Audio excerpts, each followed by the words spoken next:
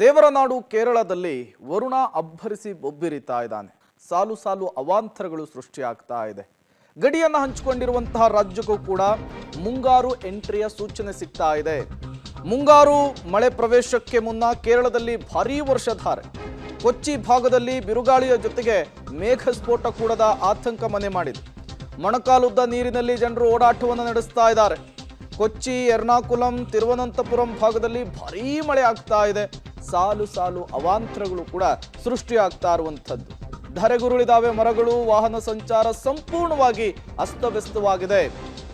ಇನ್ನೂ 1 ವಾರಗಳ ಕಾಲ ಇದೇ ರೀತಿಯ ಮಳೆ ಆಗುತ್ತೆ ಅಂತ ಹೇಳಿ ಭಾರತೀಯ ಹವಾಮಾನ ಇಲಾಖೆ ಮುನ್ಸೂಚನೆಯನ್ನು ಕೊಟ್ಟಿರುವಂಥದ್ದು.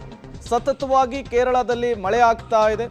ಮುಂಗಾರು ಪ್ರವೇಶಕ್ಕೂ ಮೊದಲೇನೆ ಭಾರೀ ಮಳೆ ಕೇರಳದಲ್ಲಿ ಹಲವು ಅವಾಂತರಗಳನ್ನು ಸೃಷ್ಟಿ ಮಾಡಿರುವಂಥದ್ದು. ಮೊಣಕಾಲುದ್ದ ನೀರಿನಲ್ಲಿ ಜನರು ಓಡಾಟವನ್ನು ನಡೆಸ್ತಾ ಇದ್ದಾರೆ. ಈ ಕೊಚ್ಚಿ, ಎರ್ನಾಕುಲಂ, ತಿರುವನಂತಪುರಂ ಭಾಗದಲ್ಲಿ ಈಗಾಗಲೇ ರೆಡ್ ಅಲರ್ಟ್ ಅನ್ನು ಘೋಷಣೆ ಮಾಡಲಾಗಿದೆ.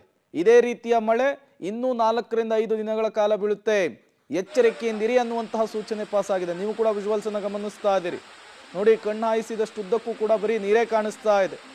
ಇದು ರಸ್ತೆ, ಮನೆಗಳ ಗೋಡೆ ಎತ್ತರಕ್ಕೆ ನೀರು ಬಂದು ನಿಂತಿದೆ. ಅಲ್ಲಿಯ ಸ್ಥಳೀಯ ನಿವಾಸಿಗಳು ನೀರಿನಲ್ಲಿಯೇ ಓಡಾಟ ನಡೆಸಬೇಕಾದಂತಹ ಪರಿಸ್ಥಿತಿ ನಿರ್ಮಾಣವಾಗಿದೆ. ಕೇವಲ ಒಂದು ಭಾಗದಲ್ಲಲ್ಲ, ಇದು ಕೇರಳದಲ್ಲಿ ಕೊಚ್ಚಿ, ಎರ್ನಾಕುಲಂ, ತಿರುವನಂತಪುರಂ ಸೇರಿ ಹಲವು ಕಡೆಗಳಲ್ಲಿ ಇದೇ ರೀತಿಯ ಪ್ರವಾಹ ಪರಿಸ್ಥಿತಿ ನಿರ್ಮಾಣವಾಗಿದೆ. ನೋಡಿ, ಲಕ್ಷಾಂತರ ರೂಪಾಯಿ ಬೆಲೆ ಬಾಳುವಂತಹ ವೆಹಿಕಲ್ಗಳು ಜಲಾಹುತಿಯಾಗಿರುವಂಥದ್ದು, ರಸ್ತೆಯ ಮಧ್ಯೆಯೇ ಕೆಟ್ಟು ನಿಂತಿದ್ದಾವೆ. ಮತ್ತೊಂದು ಕಡೆ ಕಿಲೋಮೀಟರ್ ಗಟ್ಟಲೆ ಟ್ರಾಫಿಕ್ ಜಾಮ್ ಅನ್ನು ಗಮನಿಸ್ತಾ ಇದ್ದೀರಿ. ಇದನ್ನು ನೋಡಿದರೆ ಯಾವುದೋ ಕೆರೆ ಅಥವಾ ನೀರು ಹರಿತಾ ಇರುವಂತಹ ಜಾಗ ಅನ್ಕೊಬಹುದು, ಆದರೆ ಇದು ಕೇರಳದ ರಸ್ತೆಗಳು. ರಸ್ತೆಯ ಮೇಲೆ ಸೊಂಟದಷ್ಟಕ್ಕೆ ಬಂದು ನೀರು ನಿಂತಿದೆ. ಅದರಲ್ಲಿಯೇ ವಾಹನ ಸವಾರರು ಸಂಚಾರವನ್ನು ಮಾಡ್ತಾ ಇದ್ದಾರೆ. ವಾಹನ ಸವಾರರಂತೂ ಈ ಮಳೆ ನೀರಿನಲ್ಲಿ ಒದ್ದಾಡ್ತಾ ಇದ್ದಾರೆ. ಅಷ್ಟರ ಮಟ್ಟಿಗೆ ಮಳೆ ಅವಾಂತರವನ್ನು ಸೃಷ್ಟಿ ಮಾಡ್ತಾ ಇರುವಂತಹದ್ದು ಕೇರಳದ ಭಾಗದಲ್ಲಿ. ನೀವು ಕೂಡ ವಿಜುವಲ್ಸ್ ಅನ್ನು ಗಮನಿಸ್ತಾ ಇದ್ದೀರಿ. ದೇವರ ನಾಡಿನಲ್ಲಿ ವರುಣ ಅಬ್ಬರಿಸಿ ಬೊಬ್ಬೆರಿತಾ ಇದ್ದಾನೆ. ಸತತವಾಗಿ ಸುರಿತಾ ಇರುವಂತಹ ಮಳೆ ಸಾಲು ಸಾಲು ಅವಾಂತರವನ್ನು ಸೃಷ್ಟಿ ಮಾಡ್ತಾ ಇದೆ. ಏರ್ಪೋರ್ಟ್ನ ದೃಶ್ಯವನ್ನು ಗಮನಿಸ್ತಾ ಇದ್ದೀರಿ. ಅಲ್ಲಿಯ ಸಿಬ್ಬಂದಿಗಳು ವಿಮಾನದ ಕೆಳಗೆ ಆಶ್ರಯ ಪಡೆಯಬೇಕಾದಂತಹ ಪರಿಸ್ಥಿತಿ ನಿರ್ಮಾಣವಾಗಿದೆ. ಏರ್ಪೋರ್ಟ್ನ ಒಳಗೆಲ್ಲ ನೀರು ತುಂಬಿಕೊಂಡಿದೆ. ಬೃಹದಾಕಾರದ ಮರಗಳು ಹೇಗೆ ಧರೆಗುರುಳ್ತಾ ಇದೆ ಅನ್ನುವಂತಹ ವಿಜುವಲ್ಸ್ ಅನ್ನು ಕೂಡ ಗಮನಿಸ್ತಾ ಇದ್ದೀರಿ. ಈಗಾಗಲೇ ಅಲರ್ಟ್ ಮೆಸೇಜ್ ಅನ್ನ ಪಾಸ್ ಮಾಡಲಾಗಿದೆ. ಎಚ್ಚರಿಕೆಯನ್ನು ವಹಿಸಿ, ವಿದ್ಯುತ್ ಕಂಬಗಳ ಕೆಳಗೆ, ಮರಗಳ ಕೆಳಗೆ ಯಾರೂ ಕೂಡ ಆಶ್ರಯವನ್ನು ಪಡಿಬೇಡಿ ಅಂಥೇಳಿ. ನೋಡಿ, ಎಷ್ಟು ಬೃಹದಾಕಾರದ ಮರಗಳು ಕಣ್ಣು ಮುಚ್ಚಿ ಕಣ್ಣು ಬಿಡೋ ಅಷ್ಟರಲ್ಲೇ ಹೇಗೆ ಧರಶಾಹಿ ಆಗ್ತಾ ಇದೆ ಅನ್ನೋದನ್ನು. ಇದು ಸಮುದ್ರ ತೀರದ ಭಾಗವನ್ನು ಗಮನಿಸ್ತಾ ಇದ್ದೀರಿ. ಮತ್ತೊಂದು ಕಡೆ ಬೃಹದಾಕಾರದ ಮರಗಳು ವೆಹಿಕಲ್ಗಳ ಮೇಲೆ ಬಿದ್ದಿರುವಂತಹದ್ದು.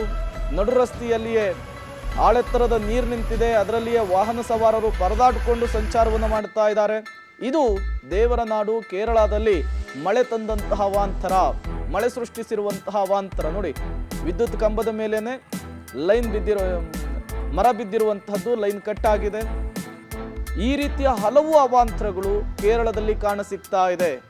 ಜನಜೀವನ ಸಂಪೂರ್ಣವಾಗಿ ಅಸ್ತವ್ಯಸ್ತವಾಗಿದೆ. ಇನ್ನೂ 4 ರಿಂದ 5 ದಿನಗಳ ಕಾಲ ಇದೇ ರೀತಿಯ ಮಳೆ ಆಗುತ್ತೆ ಅಂತ ಹೇಳಿ ಹವಾಮಾನ ಇಲಾಖೆ ಮುನ್ಸೂಚನೆ ಕೊಟ್ಟಿದೆ. ಪರಿಸ್ಥಿತಿ ಇನ್ನೇಗೆ ಆಗ್ಬೇಡ ಅನ್ನುವಂತಹ ಭಯ ಕೂಡ ಕಾಡ್ತಾ ಇದೆ ಅಲ್ಲಿಯ ಸ್ಥಳೀಯರಿಗೆ.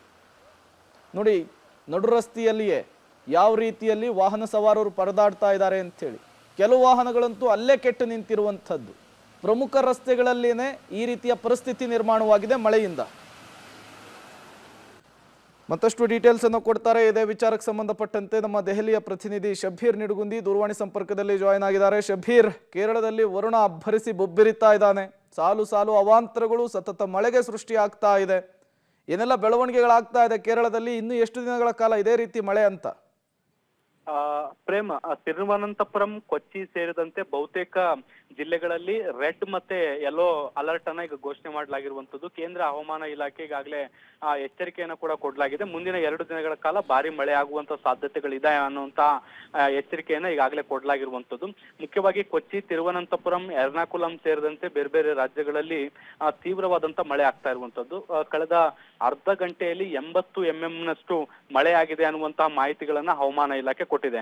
ಇಲ್ಲಿ ಗಮನಿಸಬೇಕಾದಂತ ಸಂಗತಿ ಏನು ಅಂದ್ರೆ, 1 ಗಂಟೆಯಲ್ಲಿ 100 mm ಮಳೆ ಬಿದ್ರೆ ಅದನ್ನ ಮೇಘ ಸ್ಫೋಟ ಅಂತ ಕನ್ಸಿಡರ್ ಮಾಡ್ಲಾಗತ್ತೆ.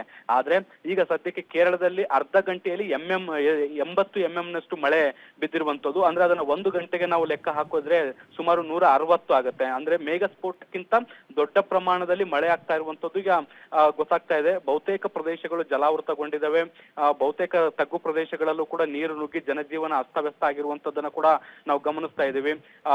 ಜೊತೆಗೆ ಕೊಚ್ಚಿಯಲ್ಲಿರುವಂತಹ ಟೆಕ್ ಪಾರ್ಕ್ ಅಲ್ಲೂ ಕೂಡ ನೀರು ನುಗ್ಗಿರುವಂತದ್ದು. ಅಲ್ಲಿ ಸಾಕಷ್ಟು ಸಾಫ್ಟ್ವೇರ್ ಕಂಪನಿಗಳಿದಾವೆ, ಅಲ್ಲೂ ಕೂಡ ಸಾಕಷ್ಟು ತೊಂದರೆ ಆಗಿರುವಂತದ್ರ ಬಗ್ಗೆ ಕೂಡ ಮಾಹಿತಿಗಳು ಬರ್ತಾ ಇದಾವೆ.